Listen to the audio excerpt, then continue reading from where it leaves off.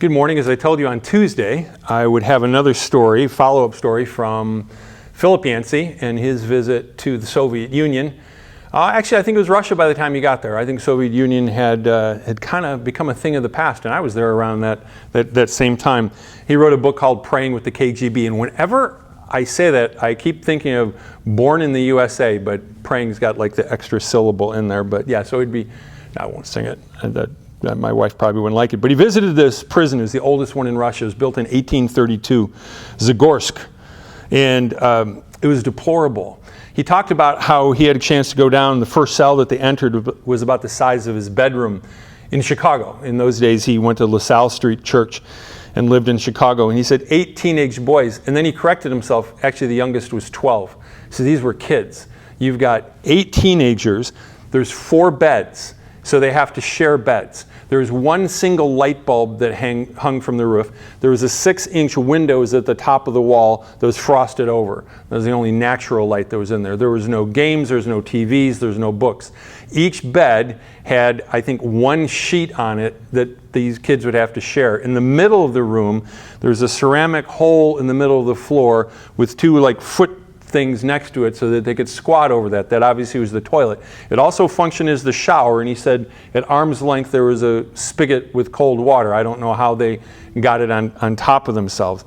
But it was just a deplorable, horrible setup. And when he was there, he discovered that the warden was really a decent guy, and it was considered the worst prison in the Soviet Union. But he was a dedicated and I think even a courageous person, because 2 years before, the government cut off his food supplies. They said, we're not going to send you any food. Well, he didn't have the money to feed the prisoners, which meant the government didn't care if they lived or died. But that's par for the course for the old Soviet Union. And so he reached out to, there's a local monastery in that town, and he approached the monks and asked for help. And out of their own storehouses, the monks supplied enough bread and vegetables to feed the prisoners throughout the whole winter. And so because of that, their selfless response so impressed the warden, who was a communist at the time, that in 1989 he authorized the monks to rebuild a chapel in the prison basement. So there used to be a chapel down there. Well, in 1832, that was long before a lot of revolutions and before Marxism and Lenin and all that stuff. And so there was a chapel, so they rebuilt it. And he said that it was an oasis of beauty in an otherwise grim dungeon. He talked about how the priests installed a marble floor and that they had these beautiful sconces on the walls.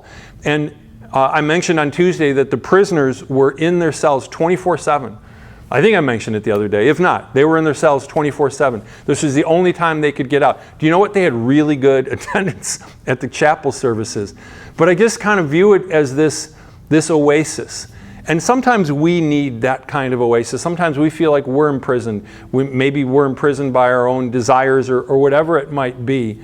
But I also talked the other day about, is God distant or is he close? And a verse I want to share with you, and I preached on it this last week as well, but it says in Hebrews chapter 4, verse 16, "So let us come boldly to the throne of our gracious God." I mean, if for this priest, he had to go through all these rituals to sing a prayer. I just sometimes think, how do you think those prisoners felt?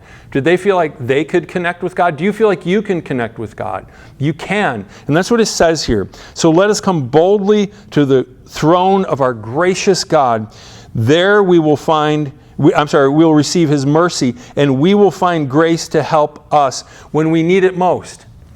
And I never tire of saying this. When do you need mercy and grace the most? When you've messed up.